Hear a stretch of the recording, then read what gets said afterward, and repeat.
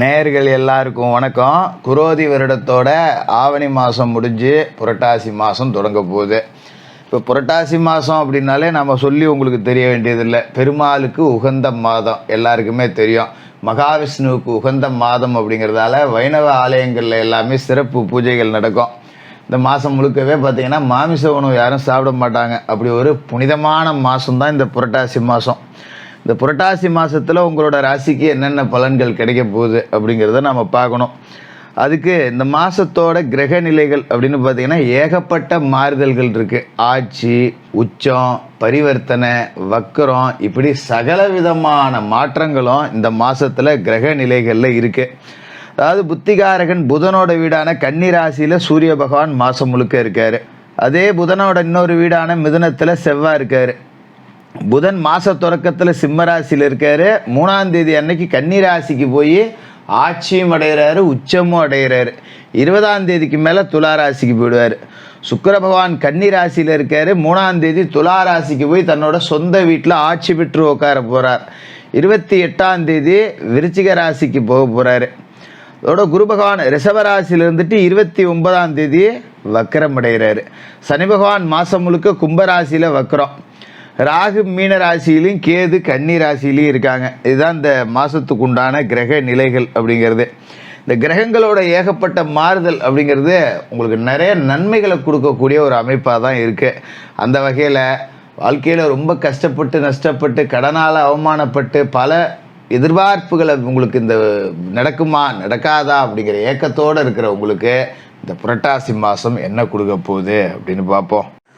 மகர ராசி நேயர்களே, உங்களுக்கு இந்த புரட்டாசி மாதம் எப்படி இருக்குது அப்படின்னு பார்த்தோன்னா, அதாவது பொதுவாகவே மகர வாழ்க்கை அப்படிங்கிறது நரக வாழ்க்கை அப்படிங்கிற மாதிரி தான் ஓடிக்கிட்டு இருக்கு. கடந்த ஒரு 6 வருடத்துக்கு குறையாமல் படாத பாடுபடுறேன் அப்படிங்கிற மாதிரி தான் மகர ராசிக்காரர்கள் எல்லாருமே புலம்பிகிட்டு இருப்பீங்க. பெருசாக மகரத்துக்கு இந்த மாதம் சூப்பராக இருக்கும் அப்படின்னு நாம் சொல்லி ரொம்ப அரிதாகி போச்சு. நல்லா இருக்குன்னு சொல்லி என்ன பண்ணுறது, நல்லா இல்லை அப்படின்னு நம்மளை தான் கமெண்டில் திட்டுவாங்க. எங்கேயா ஜோசியார நல்லா இருக்குது நீ வேறு அப்படின்னு சொல்லிட்டு. அதனால் நாம் உள்ளதை உள்ளபடி சொல்லிடுறது. ஆனால் இந்த மாதம் மகர ராசிக்காரர்களுக்கு ஒரு ஜாக்பாட்டு. நான் உங்களோட முக அலங்காரத்துக்காக சொல்லலை. மகர ராசிக்கு ரொம்ப நாளைக்கு பிறகு இந்த மாதம் அப்படிங்கிறது ரொம்ப அற்புதமான ஒரு மாதமாக இருக்குது. எதை பற்றியும் கவலைப்பட வேண்டியதில்லை. என்ன காரணம் அப்படின்னு பார்த்தீங்கன்னா, மாதம் தொடங்கும் போது ராசிக்கு 8ஆவது வீட்டில் புதன் இருக்கார். மறைந்த புதனால் நிறைந்த தனலாபம். அப்போ இந்த புரட்டாசி மாதத்தை தொடங்கிறதுக்கு முன்னாடியே பார்த்தீங்கன்னா உங்கள் கையில் 10 ரூபா காசு பணம் இருந்திருக்கும். கடந்த 6 ஆண்டுகளாக வாங்கின கடன்லாம் கூட கொஞ்சம் அடைச்சிருக்கலாம். 10 ரூபா காசு பணம் இருக்கும். வீட்டுக்கு தேவையான பொருளை வாங்கக்கூடிய அளவுக்கு ஒரு சின்ன மாற்றம் அப்படிங்கிறது உங்களுக்கு தெரிஞ்சிருக்கும். பரவாயில்லையா, ரொம்ப நாளைக்கு பிறகு கொஞ்சம் நல்லா இருக்கேன், நான் நிம்மதியாக இருக்கேன் அப்படிங்கிற மாதிரி ஒரு நேர்மறை ஆற்றலோடு தான் இந்த மாதத்துக்குள்ளேயே நீங்கள் வருவீங்க.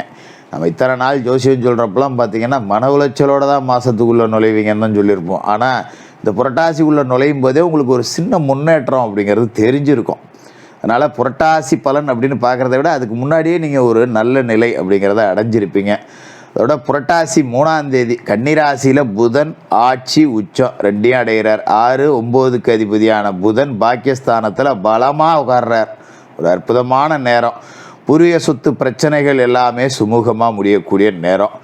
பல விஷயங்களை நீங்கள் சாதித்து காட்டலாம். இதுமாரி பூர்வீக சொத்துக்கள் சாதகமாக அமையும், பஞ்சாயத்துகள் சாதகமாக அமையும், பாக பிரிவினைகளில் எதிர்பார்த்த பங்கு கிடைச்சி மகிழ்ச்சி அடைவீங்க.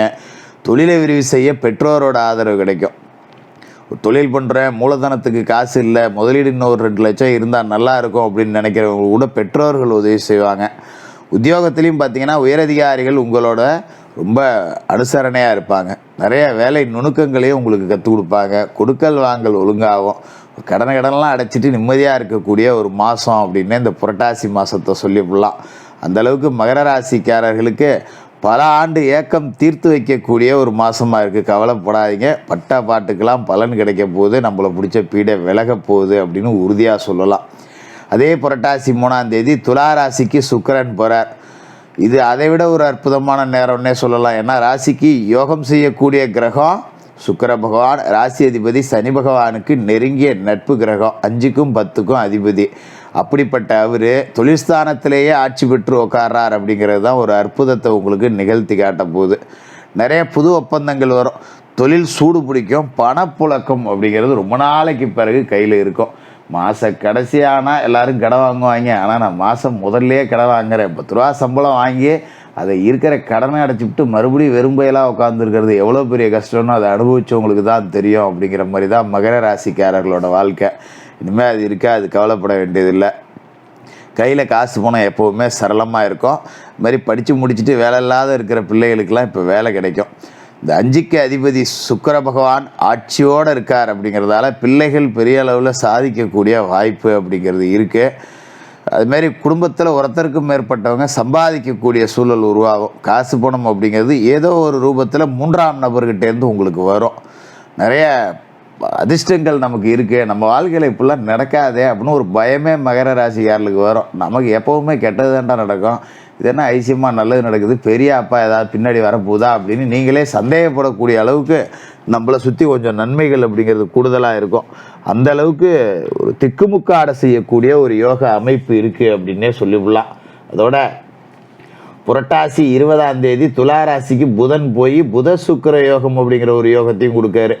இதுவும் ஒரு பொற்காலம் அப்படின்னே சொல்லலாம். எதிர்பார்ப்புகள் எல்லாமே பூர்த்தியாகவும் நண்பர்களோட ஒத்துழைப்பு நல்லபடியாக இருக்கும். இதுமாரி தேசப்பற்று மிக்க ஒருத்தரோட கூட்டு முயற்சியால் இதுவரைக்கும் கைகூடாத பல காரியங்கள் கூட கைகூடும். வீட்டுக்கு தேவையான விலை உயர்ந்த பொருட்களை வாங்குவீங்க. பழைய வாகனத்தை கொடுத்துட்டு புது வாகனம் வாங்குவீங்க. ரொம்ப நாளாக ஒரு வண்டியை வச்சு உருட்டிகிட்டு இருக்கேன், ஒரு மாற்று வண்டியை வாங்க முடியலன்னு நினச்சவங்க கூட பெரிய அளவில் வெற்றி அடையக்கூடிய வாய்ப்பு அப்படிங்கிறது இருக்குது. அதுமாரி பொது வாழ்க்கையில் இருக்கிறவங்களுக்கு மேலிடத்தோட நிர்பந்தம் அப்படிங்கிறது கொஞ்சம் அதிகமாக இருக்கும். ஒரு அரசியல் கட்சியில் இருக்கேன் அப்படின்னா அங்கே வா இங்கே வாம்பாங்க. நம்ம வேலையை போட்டுட்டு எங்கடா இவங்க பின்னாடி சுற்றுறது, இருக்கிற வேலையவே பார்க்க முடியல அப்படிங்கிற மாதிரி இருக்கும். எத்தனை வாட்டி நம்ம புறக்கணிக்கிறது, அப்புறம் என்ன பண்ணுறது, 2 நாளைக்கு புழப்பு போட்டு தான் போயாகணும் அப்படிங்கிற மாதிரி போகக்கூடிய நிர்பந்தம் இருக்கும். இதுமாரி வியாபாரம் செய்யக்கூடியவர்களுக்கு புது கூட்டாளிகள் வருவாங்க. உத்தியோகத்தில் இருக்கிறவங்களுக்கு கேட்ட சலுகைகள் கிடைக்கும். கலைஞர்கள் எடுத்த முயற்சிகளில் வெற்றி அடையக்கூடிய வாய்ப்பு அப்படிங்கிறது இருக்கும். மாணவ மாணவிகள் மட்டும் கொஞ்சம் கல்வியில் கவன சிதறல் இல்லாமல் பார்த்துக்கணும். அந்த ஒரு விஷயத்தில் மட்டும் கவனமாக இருக்கணும். அதே நேரத்தில் ராசிக்கு 6ஆவது வீட்டில் செவ்வாய் இருக்கார். ருணரோக சத்துருஸ்தானத்தில் மாதம் முழுக்க செவ்வாய் இருக்கார்.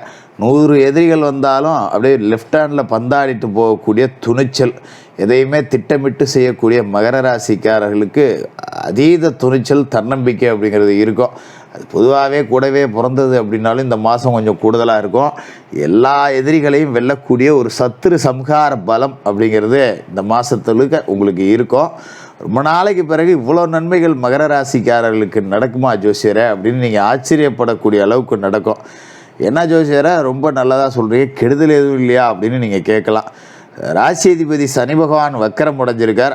ஆரோக்கியத்தில் கொஞ்சம் கவனமாக இருக்கணும், இது ரொம்ப முக்கியம். அதேமாரி பழைய வியாதிகள் ஏதாவது இருந்திருக்கும், ஒரு சர்க்கரை, ஒரு பிபி, இந்த மாதிரி ஏதாவது மூட்டு வலி முதுகு வலி இருந்ததுன்னா அது லேசாக தலை தூக்கும். அது மாதிரி கொஞ்சம் வெளியில் கொடுத்த கடன் வசூலாகிறதுல தாமதம் இருக்கும். கொஞ்சம் குடும்ப தேவைகளை பூர்த்தி செய்கிறதுக்காக செலவு கொஞ்சம் நிறையா பண்ணுற மாதிரி தான் இருக்கும். பணம் 10 ரூபா ஒரு வகையில் வந்தாலும் இன்னொரு வகையில் செலவாகிக்கிட்டு தான் இருக்கும். அதோட இந்த மாத கடைசியில் பார்த்திங்கன்னா 28ஆம் தேதி அன்னைக்கு சுக்கிர பகவான் லாபஸ்தானத்துக்கு வரார். அப்படிங்கிறது ஒரு அற்புதமான யோகம். 29ஆம் தேதி குரு பகவான் ரிஷபராசியில் வக்கரமுடைகிறாரு. இந்த காலத்திலே நல்ல மாற்றம் அப்படிங்கிறது இருக்கும். சகோதர ஒற்றுமை பலப்படும், கடன் சுமை குறையும், பஞ்சாயத்துகள் எல்லாமே உங்களுக்கு சாதகமாக இருக்கும். வியாபாரத்தில் முதலீடு அதிகமாக செஞ்சு வருமானத்தை வர்றதுக்கு வழியமைச்சு வச்சுவிங்க. நிறையா மங்கள நிகழ்ச்சிகள் நடக்கும். பெரிய பெரிய ஆலயங்களுக்கெல்லாம் போகலாம். நேர்த்தி கடன் ஏதாவது இருந்தால் நிறைவேற்றலாம். இப்படி பலதரப்பட்ட யோகங்கள் அப்படிங்கிறது இந்த புரட்டாசி மாதத்தில் இருக்குது. அடுத்து வரக்கூடிய ஐப்பசியும் கூட உங்களுக்கு அற்புதமான யோக பலன்கள் அள்ளி கொடுக்கக்கூடிய மாதமாக தான் இருக்கும். இந்த காலகட்டம் அப்படிங்கிறது அடுத்த ஒரு 90 நாள் உங்கள் வாழ்க்கையவே தலைகீழாக புரட்டி போட்டு 6-7 வருடமாகப்பட்ட கஷ்டத்திற்கு எல்லாமே பலன் கொடுக்கக்கூடிய ஒரு அமைப்பாக இருக்கும். ரொம்ப அற்புதமான ஒரு மாதம், பயன்படுத்திங்க. தினமும் குளித்து முழிவிட்டு விநாயகர் வழிபாடு செய்யணும். சனிக்கிழமையில் சனி பகவானுக்கு தீபம் ஏற்றணும். இந்த மாதம் முழுக்க மாமிச உணவுகளை தவிர்த்துட்டு சனிக்கிழமையில் பெருமாள் வழிபாடு செஞ்சுட்டு உங்களால் முடிஞ்ச ஏழைகளுக்கு அன்னதானம் அப்படிங்கிறத செஞ்சுட்டு வாங்க. மகர ராசிக்காரர்களுக்கு நல்ல நேரம் ஆரம்பிச்சிருச்சு, ரொம்ப சிறப்பாக இருக்கும். வாழ்த்துக்கள்.